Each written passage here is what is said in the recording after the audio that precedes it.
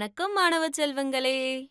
Lamarck மற்றும் Darwin முன்வைத்த மாறுபாடுகள் மற்றும் பரிணாமக் கோட்பாடுகள் பற்றி நீங்கள் நினைவில் வைத்திருப்பீர்கள் என்று நம்புகிறேன்.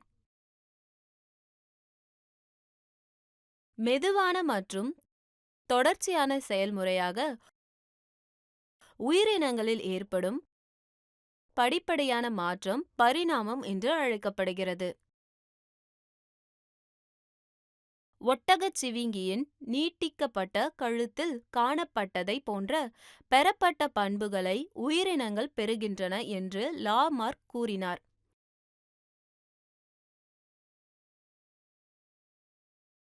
டார்வின் இயற்கை தேர்வை முன்மொழிந்தார், நீண்ட காலத்திற்கு பரிணாம வளர்ச்சிக்கு வழிவகுக்கிறது.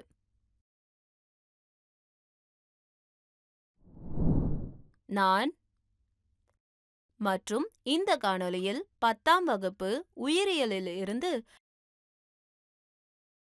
பரம்பரை மற்றும் பரிணாமம் என்ற பாடத்திலிருந்து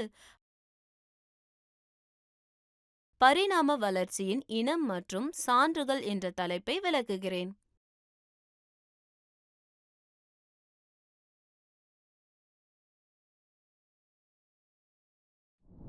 சிவப்பு வண்டுகளின் இனத்தொகையில் திடீரென்று பச்சை வண்டுகள் சந்ததியினரில் உருவாகின்றன என்பதை நினைவில் கொள்க. பின்னர் பச்சை வண்டுகளின் எண்ணிக்கையை அதிகரித்து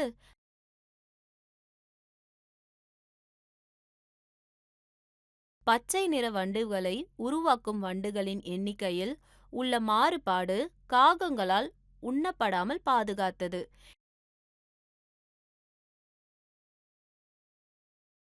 எனவே இது வண்டுகளின் இனத்தொகைக்கு ஒரு நன்மையாகவும் புதிய உயிரினங்களின் பரிணாம வளர்ச்சிக்கு உதாரணமாகவும் இருக்கும்.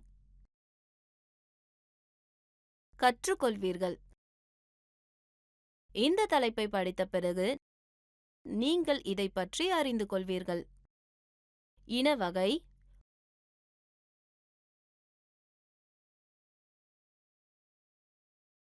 ஒரே மாதிரியான மற்றும் ஒத்த உறுப்புகளிலிருந்து சான்றுகள்,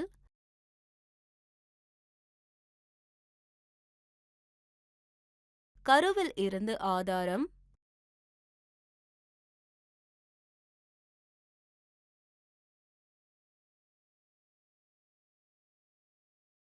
புதைப்படிவங்களிலிருந்து ஆதாரம்,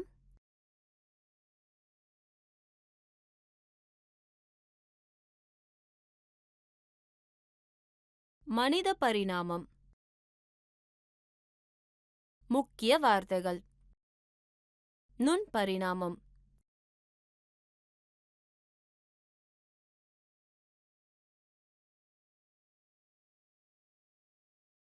பேறுநிலைப்படி மலர்ச்சி,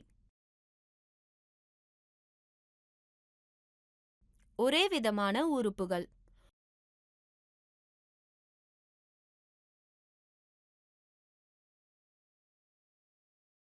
ஒத்த உறுப்புகள்,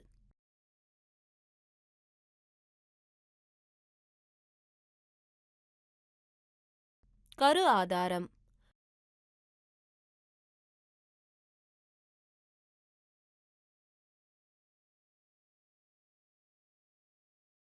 புதைப்படிவம்,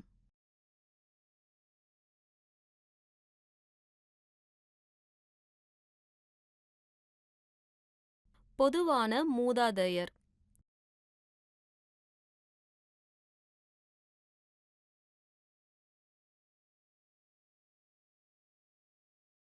வெஸ்டிகியல் உறுப்புகள்,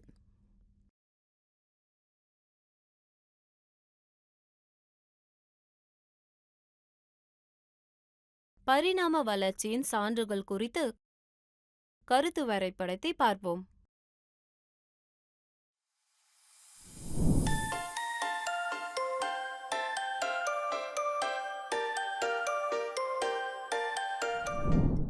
உயிரின தோற்றம்.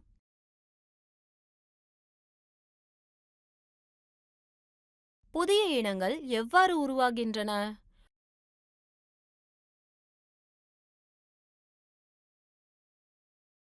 மக்கள் தொகையில் இல்ல சில மாறுபாடுகள் சுற்றுச்சூழலுக்கு ஏற்ப உதவும் பண்புகளாகும்.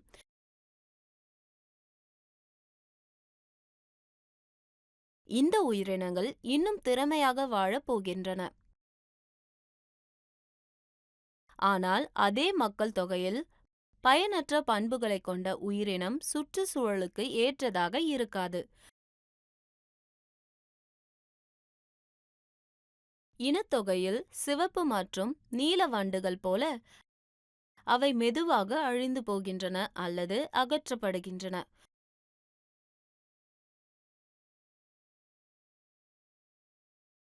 உயிரினங்களுக்குள் இந்த சிறிய மாற்றங்கள், எடுத்துக்காட்டாக சிவப்பு நிறத்தில் இருந்து பச்சை நிறத்தில் உள்ள வண்டுகளின் நிறம் நுண் பரிணாமம் எனப்படும்.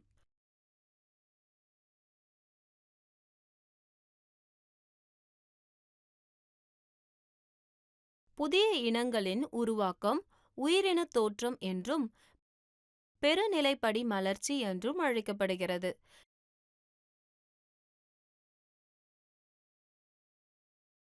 சிவப்பு மற்றும் பச்சை வண்டுகள் ஒன்றுடன் ஒன்று இனச்சேர்க்கை செய்து சந்ததிகளை பெறலாம். காகங்கள் சில வண்டுகளை தற்செயலாக நீண்ட ஆண்டுகளாக விட்டு விடுவது போல சில காரணங்களால் சிவப்பு மற்றும் பச்சை வண்டுகள் பிரிக்கப்படுகின்றன என்று கற்பனை செய்வோம்.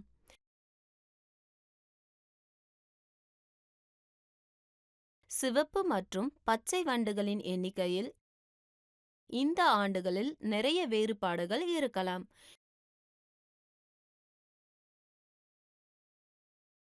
இப்போது அவர்கள் தற்செயலாக சந்தித்தாலும் அவர்களால் இன சேர்க்கை செய்து புதிய சந்ததிகளை உருவாக்க முடியாது. அவர்கள் தங்கள் மக்கள் தொகையில் சிவப்பு அல்லது பச்சை நிறத்தில் மட்டுமே இன சேர்க்கை செய்ய முடியும் மற்றும் அவர்களின் சந்ததிகளை இனப்பெருக்கம் செய்ய முடியும். இதனால் புதிய இனங்கள் உருவாகியுள்ளன.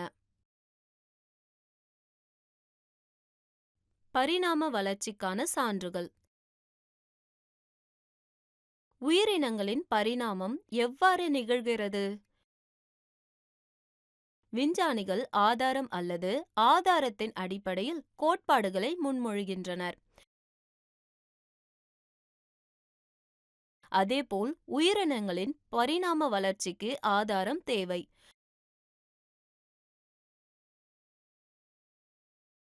பரிணாம உறவுகளை புரிந்து கொள்ள விலங்குகளின் உருவவியல் மற்றும் உடற்கூறியல் ஆகியவற்றின் ஒப்பீட்டு ஆய்வு ஒரு பொதுவான பண்புக்கூறுகளை வெளிப்படுத்துகிறது என்பதை நாம் அடையாளம் காண்கிறோம்.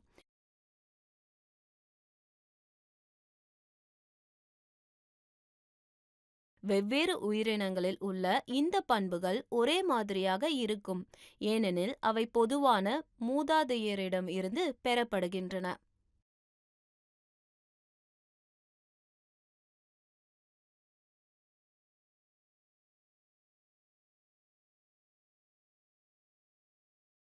ஒரே மாதிரியான உறுப்புகள். ஒரே மாதிரியான உறுப்புகள் பொதுவான மூதாதையர்களிடமிருந்து கருக்களில் ஒரே மாதிரியான வளர்ச்சி முறைகளுடன் பெறப்பட்டன.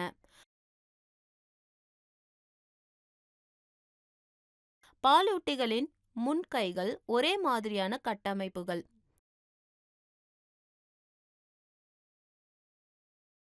ஒரு மனித கை, பூனையின் முன்கால், திமிங்கலத்தின் ஃபிளிப்பர் மற்றும் வௌவால்களின் இறக்கை ஆகியவை வித்தியாசமானவை மற்றும் வெவ்வேறு செயல்பாடுகளுக்கு ஏற்றவாறு தோற்றமளிக்கின்றன.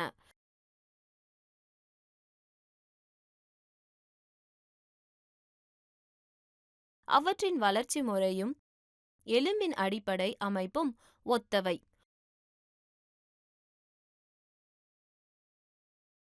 உதாரணமாக, திமிங்கலத்தின் முன்கை, வௌவால்களின் இறக்கை, சிறுத்தையின் கால்,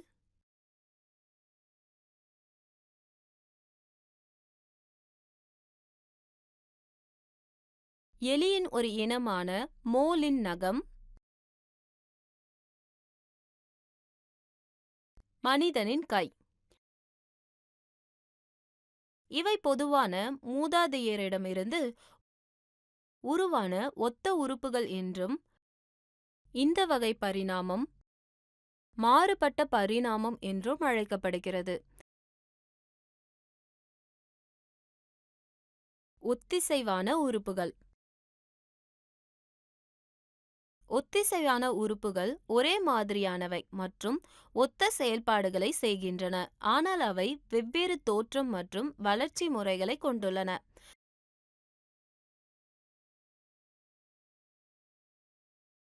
வௌவால்களின் இறக்கைகள், பறவையின் இறக்கைகள் மற்றும் பூச்சியின் இறக்கைகள் ஆகியவற்றின் செயல்பாடுகள் ஒரே மாதிரியானவை, ஆனால் அவற்றின் அடிப்படை கட்டமைப்புகள் வேறுபட்டவை. கட்டமைப்பு ரீதியாக வேறுபட்ட ஆனால் செயல்பாட்டு ரீதியாக ஒத்த இந்த உறுப்புகள் ஒத்த உறுப்புகள் என்று அழைக்கப்படுகின்றன. இந்த வகை பரிணாம வளர்ச்சியானது ஒன்றிணைந்த பரிணாமம் என்று அழைக்கப்படுகிறது. கருவில் இருந்து ஆதாரம்.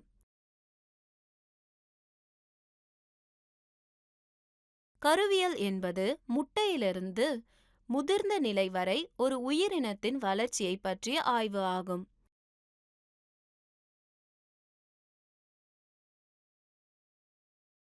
மீன் முதல் பாலூட்டிகள் வரையிலான கருக்கள் அவற்றின் வளர்ச்சியின் ஆரம்ப கட்டங்களில் ஒரே மாதிரியாக இருக்கும்.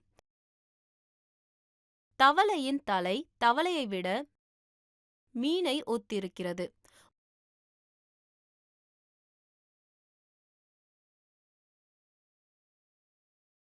ஒவ்வொரு நபரின் வாழ்க்கை வரலாறும் அவர்களின் முன்னோர்களின் கட்டமைப்பை அம்சங்களை வெளிப்படுத்துகிறது என்பதை இது குறிக்கலாம்.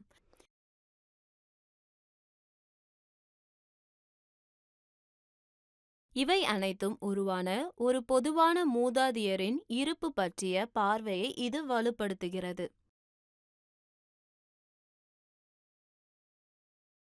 புதைப்படிவங்களிலிருந்து சான்றுகள். சில இனங்கள் மில்லியன் ஆண்டுகளுக்கு முன்பு வாழ்ந்து இருந்தன, ஆனால் இப்பொழுது காணப்படவில்லை. அவை அழிந்து போய் இருக்கலாம் மற்றும் அவற்றுள் சில புதைப்படிவ வடிவில் காணப்படலாம். உதாரணமாக, நிலத்தில் உள்ள மிகப்பெரிய விலங்குகளான டைனோசர்கள் நீண்ட காலத்திற்கு முன்பு இருந்தன, ஆனால் அவை இப்போது அழிந்துவிட்டன. புதைப்படிவங்கள் என்றால் என்ன? புதைப்படிவங்கள் பண்டைய வாழ்க்கை வடிவங்கள் அல்லது இயற்கை செயல்முறைகளால் பாதுகாக்கப்பட்ட பழங்கால வாழ்விடங்களின் சான்றுகள். புதைப்படிவ சான்றுகள் பொதுவாக நீர் மற்றும் நிலத்தின் அடியில் படிந்திருக்கும் படிவுகளுக்குள் பாதுகாக்கப்படுகின்றன. அவை எலும்புகள் அல்லது விதைகள் அல்லது கடந்த காலத்தின் தடயங்கள் போன்ற உண்மையான எச்சங்களாக இருக்கலாம்.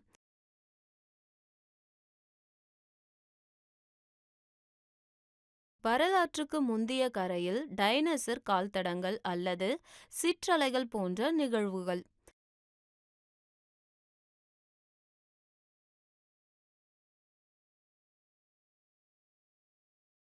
பொதுவாக உயிரினங்கள் இறக்கும்போது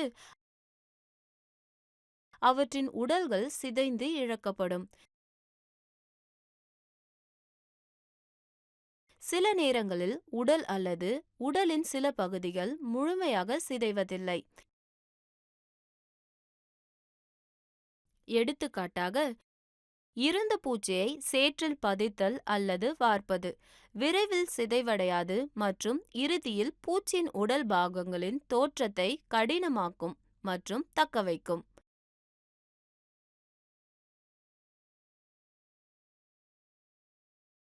உயிரினங்களின் பாதுகாக்கப்பட்ட அனைத்து தடயங்களும் புதைப்படிவங்கள் என்று அழைக்கப்படுகின்றன. புதைப்படிவங்கள் பற்றிய ஆய்வு பழங்காலவியல் என்று அழைக்கப்படுகிறது. கார்பன் டேட்டிங் முறையை பயன்படுத்தி புதைப்படிவத்தின் வயதை பழங்கால ஆராய்ச்சியாளர்கள் தீர்மானிக்கின்றனர்.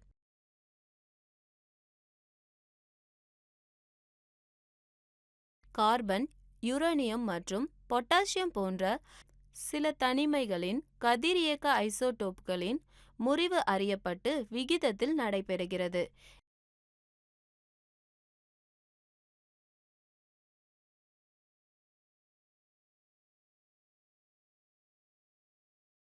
எனவே ஐசோடோப்புகளை கொண்ட பாறை அல்லது கனிமத்தின் வயதை கணக்கிடலாம்.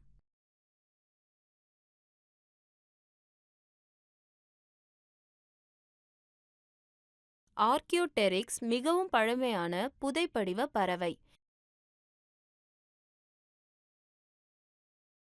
இது ஜுராசிக் காலத்தில் காணப்படும் ஆரம்பகால பறவை போன்ற வடிவமாகும்.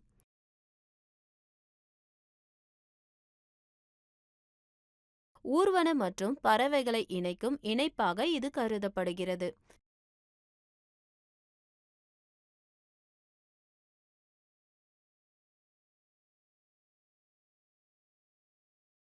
அது ஒரு பறவையைப் போல இறகுகளுடன் இறக்கைகளை கொண்டிருக்கிறது. இது ஒரு நீண்ட வால், நகங்கள் கொண்ட இலக்கங்கள் மற்றும் ஊர்வன போன்ற கூம்பு பற்கள் ஆகியவற்றை கொண்டிருக்கிறது.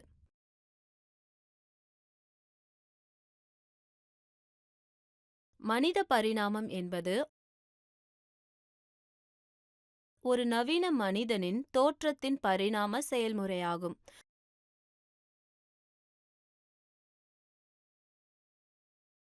தற்போதைய மனிதர்களும் தாவரங்கள் மற்றும் பிற விலங்குகள் போன்ற பரிணாம வரலாற்றை கொண்டுள்ளனர்.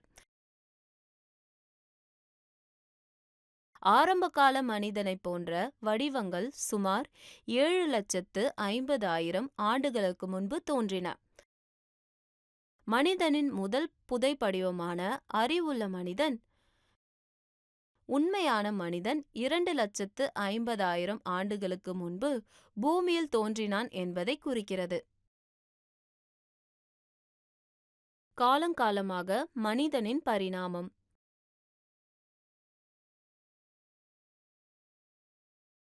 தோன்றுநிலை மனிதன் 1.6 முதல் 2.5 மில்லியன் ஆண்டுகளுக்கு முன்பு வாழ்ந்தார். நிமிர்நிலை மனிதன் 1 முதல் 1.8 மில்லியன் ஆண்டுகளுக்கு முன்பு வாழ்ந்தது.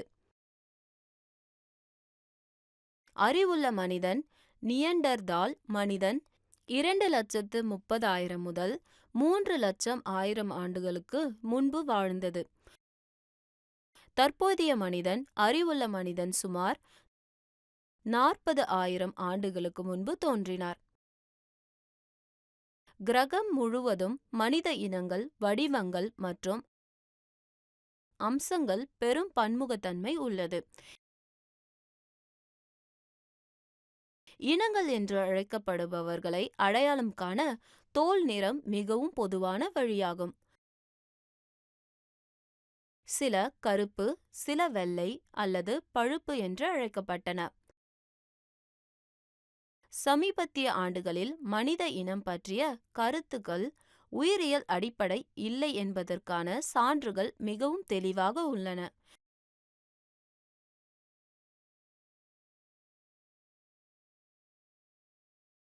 அனைத்து மனிதர்களும் பொதுவான மூதாதையருடன் ஒரே இனம் மற்றும் அனைவரும் ஆப்பிரிக்காவில் இருந்து வந்தவர்கள்.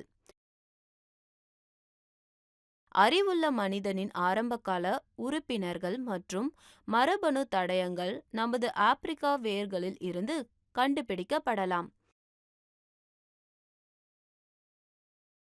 2,00,000 ஆண்டுகளுக்கு முன்பு நம் முன்னோர்களில் சிலர் ஆப்பிரிக்காவை விட்டு வெளியேறினார், மற்றவர்கள் தங்கியிருந்தனர். அதே நேரத்தில் குடியிருப்பாளர்கள் ஆப்பிரிக்கா முழுவதும் பரவினர். புலம்பெயர்ந்தோர் மெதுவாக ஆப்பிரிக்கா முழுவதும், மேற்கு ஆசியாவிற்கும் பின்னர் மத்திய ஆசியா,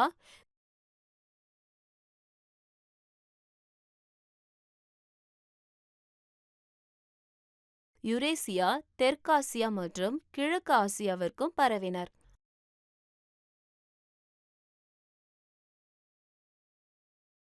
அவர்கள் இந்தோனேசியா மற்றும் பிலிப்பைன்ஸ் தீவுகள் வழியாக ஆஸ்திரேலியாவுக்கு பயணம் செய்தனர். மேலும் அவர்கள் பெரிங் தரைப்பாலத்தின் வழியாக அமெரிக்காவிற்கு சென்றனர்.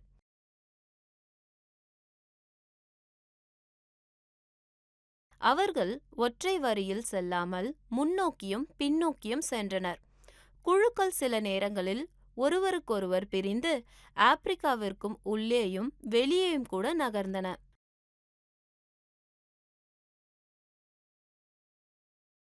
கிரகத்தில் உள்ள மற்ற எல்லா உயிரினங்களையும் போலவே அவை பரிணாம வளர்ச்சியின் ஒரு விபத்தாக தோன்றி தங்களால் முடிந்தவரை சிறப்பாக வாழ முயற்சித்தன.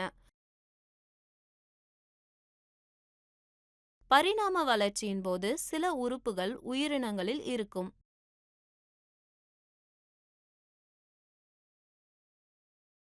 நீங்கள் செரிமான அமைப்பில் உள்ள பின்னிணைப்பை படித்திருக்கிறீர்கள்.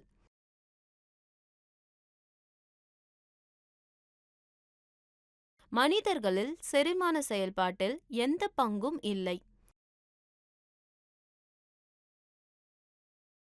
முயல் போன்ற தாவர வகைகளில் பிற்சேர்க்கை முக்கிய பங்கு வகிக்கிறது.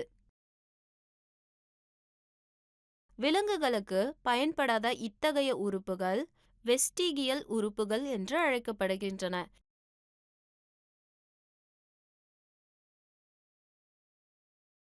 எனவே மனிதனை ஏறக்குறைய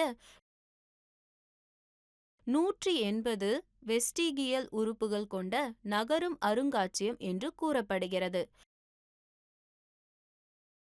உதாரணமாக புழு வடிவ குடல்வால், மூன்றாவது கண் இமை படலம், வால் எலும்பு போன்றவை வெஸ்டிஜியல் ஆகும்.